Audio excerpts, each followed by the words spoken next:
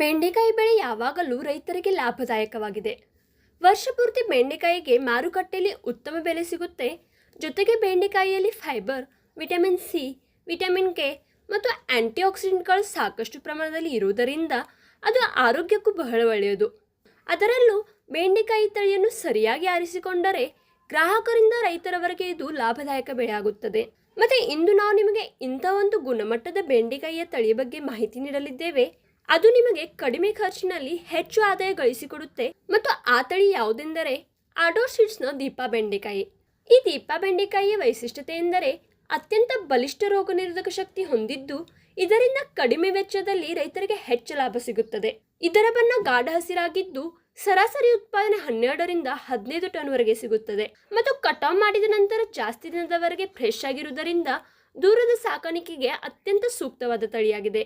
ಆದ್ದರಿಂದ ವ್ಯಾಪಾರಸ್ಥರಿಗೂ ಇದು ಬಹಳ ಇಷ್ಟವಾಗಿದೆ. ಬೆಂಡೆಕಾಯಿ ಬೆಳೆಯಲ್ಲಿ ರೈತರು ನೀರು ಮತ್ತು ಗೊಬ್ಬರದ ಸೂಕ್ಷ್ಮ ನಿರ್ವಹಣೆ ಮಾಡುವುದು ಅತ್ಯಂತ ಮುಖ್ಯವಾಗಿದ್ದು, ಜೊತೆಗೆ ಎಲೆ ಚುಕ್ಕಿ ರೋಗ, ಎಲೆಗಳ ಮೇಲೆ ಕಲೆಗಳು, ಬಿಳಿಯಿಗೆ, ಹುಳಗಳು ಹೀಗೆ ಹಲವಾರು ಕೀಟ ರೋಗಗಳ ವಿರುದ್ಧ ರೈತರು ಸಮರ್ಪಕ ತಡೆ ಮಾಡಿಕೊಂಡರೆ ಈ ಬೆಳೆ ರೈತರಿಗೆ ಹೆಚ್ಚಿನ ಆದಾಯ ನೀಡುವ ಬೆಳೆಯಾಗುತ್ತದೆ.